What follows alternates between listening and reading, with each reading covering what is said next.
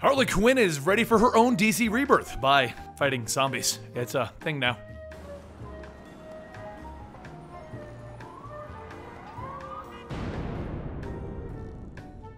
Welcome to the Complete Story Series, where I take trade paperbacks in single issues, and I break them down into digestible bites so that you can eat them as zombies, and then we read it dramatically back to you. All alterations of the panels, text, and images are to prevent copyright problems, and all art is owned by its respective companies.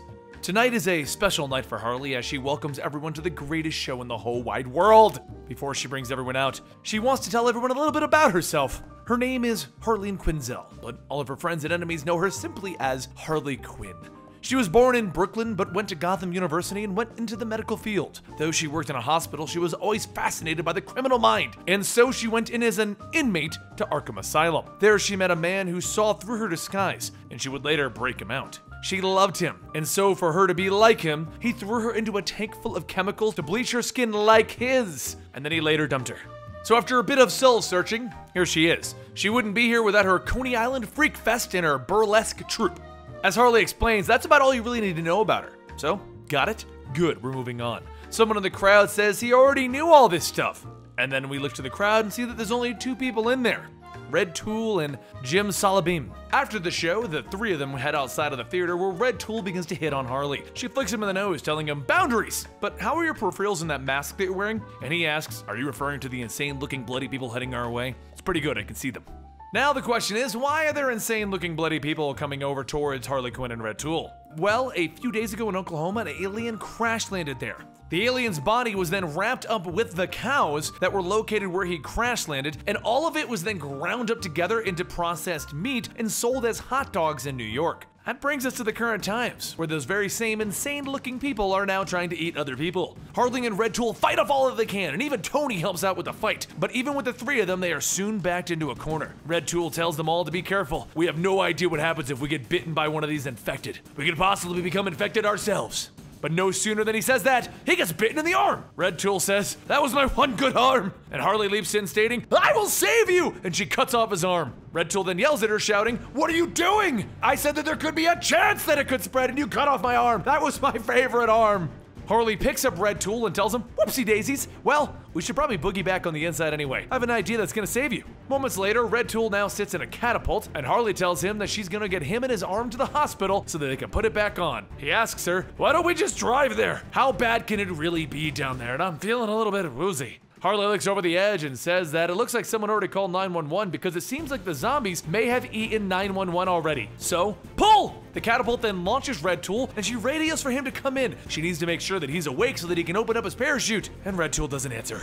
So Harley does the next best thing that she can think of to make sure that he gets into the hospital, and she begins to shoot out the windows of the hospital. She opens fire on him, breaking out all of the windows, and thankfully Red Tool flies through the broken windows, landing inside of the hospital. Tony calls up the hospital, letting them know what's going on, and then they yell at him for catapulting a person into the hospital, and he tells them that they didn't have much choice. And yeah, the guy's arm is in his cooler, so just give them an update when he's okay. Harley then gets a call to come downstairs because on the news they explain that there is a mysterious outbreak going on, and oddly enough, the zombies seem to be contained by an invisible force field. There's no word on how the biting and transferring process works, and that gives Harley another idea, because those are going so well at this point. She decides that she's gonna find out as much as she can about these zombies by catching one from the rooftop. She casts her line out, but instead of just hooking onto a regular zombie, she hooks onto a zombie horse. Tony tries to get a hold of her to stop her from being pulled over the side because the horse is kind of heavy, but the strength of the horse rips Harley away from Tony, and she screams, "Yahoo!" Once she gracefully falls off at the top of the building, she jumps onto a store awning, and then she says the immortal words of the spandex sporting Aussie goddess with the golden locks.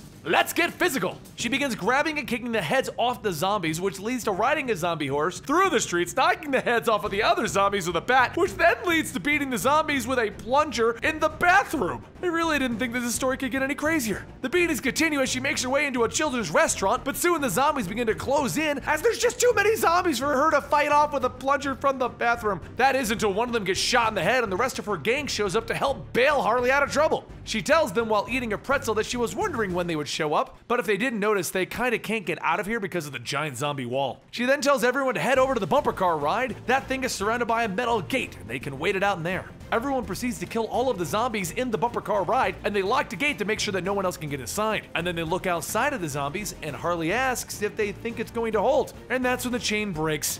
And Harley follows up with a rather appropriate, "Oh, fuck nuggets." The zombies start to pour into the rink, and then suddenly, in one buzzing swing, all of the zombies are cut in half. Ivy appears holding a weed whacker with a saw blade attached to it, stating that she's not a fan of these meat bits. Once the gang gets back to the apartment, they all watch the news as more information goes out about the zombie outbreak. It appears that the infected do not transfer the infection to anybody when biting them, but regardless, everyone should stay indoors and do not attempt to leave, which is fine for Harley and Ivy as they shower and clean up together. And that's when Harley realizes something very, very important. How much food do they have left? Tony tells her that today was supposed to be their shopping day, so really they only have a bunch of cans of stuff. And that's when Jim tells her that he does have a large jar of dates, enough to last them a whole week. Harley realizes that while they do have all the dates, though, they don't have an unlimited supply of toilet paper for that. So this is a disaster. Everyone get cleaned up. It's time for plan B. Over in the hospital, Red Tool begins to wake up with his new arm since his original one was a little too mangled for them to reattach. The doctor tells him that the owner of the arm was Victor the Chronic Temple. He was killed running from the police this morning, and the arm seemed like a good fit. And Red Tool realizes who the Chronic is. He's the guy that shows up in Brazier department dressing rooms, and he couldn't help himself. The doctor tells him, bingo, and the nurse says that he has exhibitionist tendencies. Red Tool starts pulling away at the arm, telling him, no, I won't have this thing attached to me. Are you kidding me? I have a chronic masturbator's arm. The doctor stops him, telling him, stop.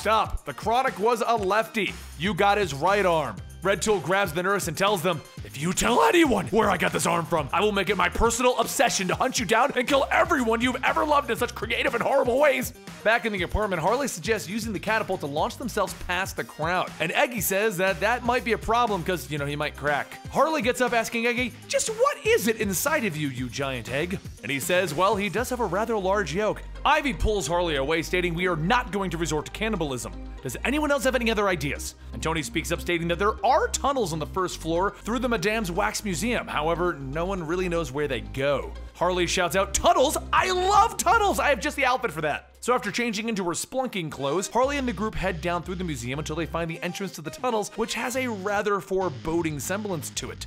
Meanwhile, over the Earth in space, the parents of the alien who crash landed have located their son on the planet. And right now, the only thing that his mother wants to do is bring back her little sponster.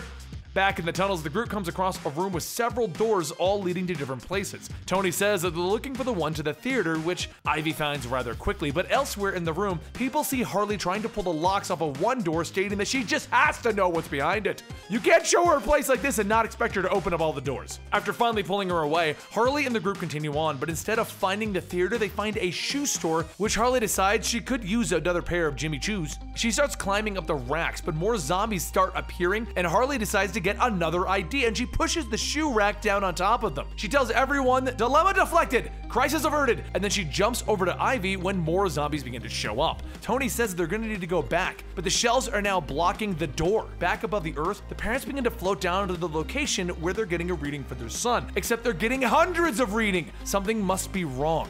The father says, their son must have been eaten, so he has an idea. He'll use a recovery beam and pull out each piece of their son's body from the Earthlings. A green light begins to shine down, and suddenly alien pieces begin shooting out of all of the zombies, even the ones that Harley and the rest of them are fighting. The alien parents begin yelling at their son, even though they can put him back together. The process is going to be long, and he won't be able to respond, but he can hear them yelling at him. Everyone runs outside to see the aliens take off, and Tony begins to ask, now what? And Harley tells him, finally we can go to the diner, of course I'm so hungry. The group all sits down to eat, and Harley asks Ivy if she's finally ready to move in with her. And Ivy says, how about she books a trip to the Bahamas first and sees how that works out before they live in the same room. And that is the relaunch of Harley Quinn. Now, for those of you guys who are wondering why this is such a crazy story, as usual, the Harley Quinn storylines typically has a crazy storyline and then a serious storyline. So most likely the next one's gonna be a tad bit more serious. I hope you guys enjoyed this. Don't forget to subscribe to the channel for more Harley Quinn, more DC Rebirth, and more Marvel. And don't forget to follow me on Twitter at Comicstorian and Instagram at Comicstorian. I'll see you guys next time right here.